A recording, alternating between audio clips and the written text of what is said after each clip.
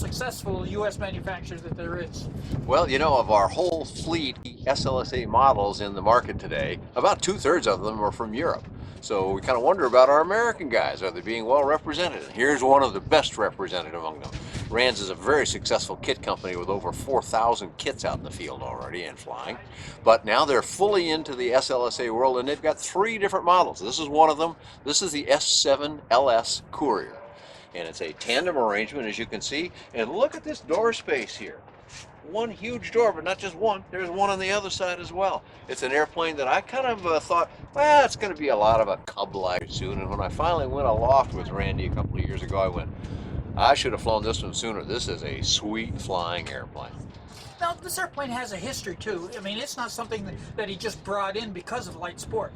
No, actually, Dave, you're right. First of all, it was a kit, and they sold a bunch of them that way. But then a few years ago, quite a few years ago, back in the early 90s, the FAA went off on the primary aircraft category. And there are only 2 airplanes that ever did that, and this was the second one.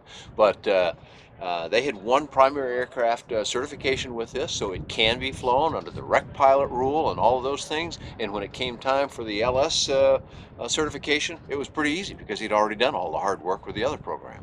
And he's also offering, to my knowledge, this as an experimental aircraft too.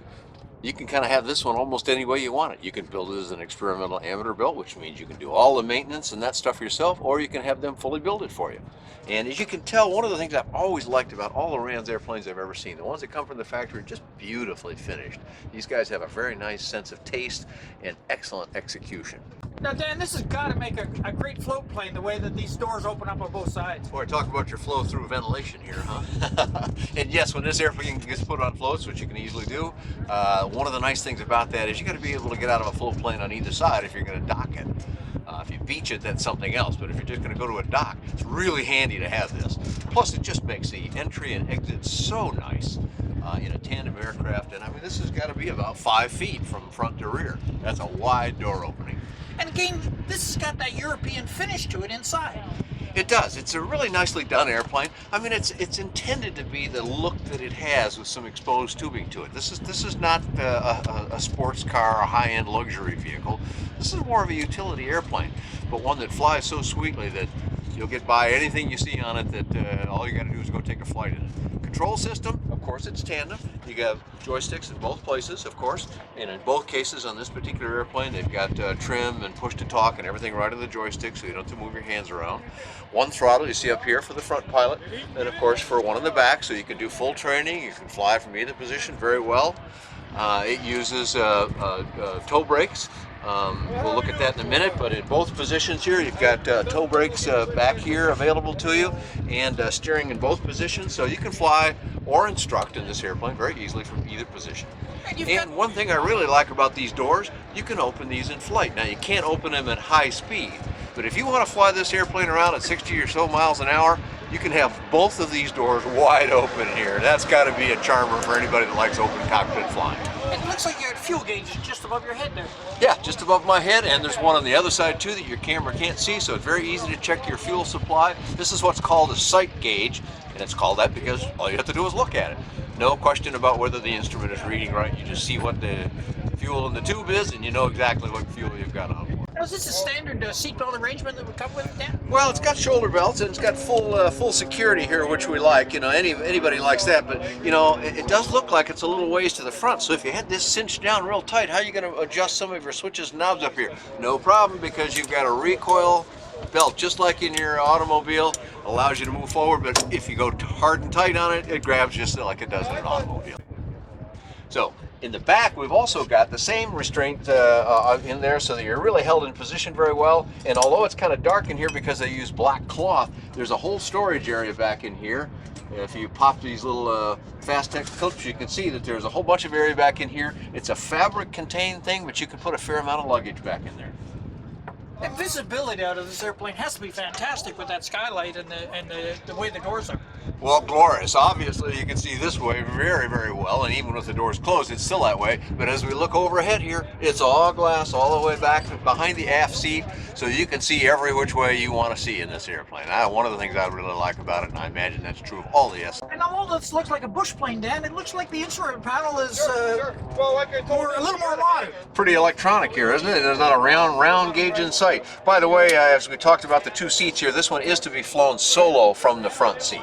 And when you're in the front seat, you've got the complement up here that you want. Now, of course, they're using the very common Dynon avionics instrument, which is, we don't have lit up today, but we'll show you both flight instruments and engine instruments. So you've got pretty much everything you need right here with the Garmin 396 over here to give you your navigation and your radio stacked right in front of you. But all of that while still allowing lots of leg room in here. You're not going to be banging your knees against the panel in this airplane. And it's got toe brakes on it too? Yes, as you can see down here, it's got dual rudder pedals. Of course, they're front and rear, but in the front here, along the top, where I'm pushing with my fingers, hydraulic brakes to give you differential steering. In addition to, of course, it's a tail wheel steering airplane, and that tail wheel can be broken free, so you could turn this airplane right around on one main wheel or the other, especially when you lock up the brakes. Just about as much maneuverability as you could ever ask for. Flaps are right down below your seat here. Now, when you're flying in the airplane, when I discovered it, you just sort of reach down for the flap handle, but then it's got the detent on the front.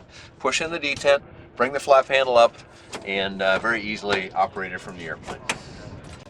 It looks like a little bit of adjustability built into the seats as well. Yeah, you need to do this before you fly, but there's a pin right here, as you can see in my hand, and that allows you some seat adjustment to the aircraft so that you can make it size to you, but you do need to do that before you get in the air. And what do we power this one with, Dan? Well, this one also uses the Rotax 912.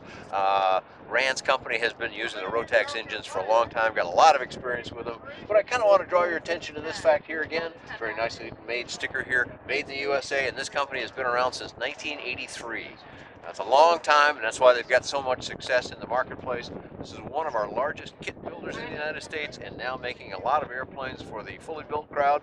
And this one here, we won't talk about an exact price, but it's got one of the better prices in the whole LSA fleet, made right here in the United States. And what kind of performance are we getting out of it?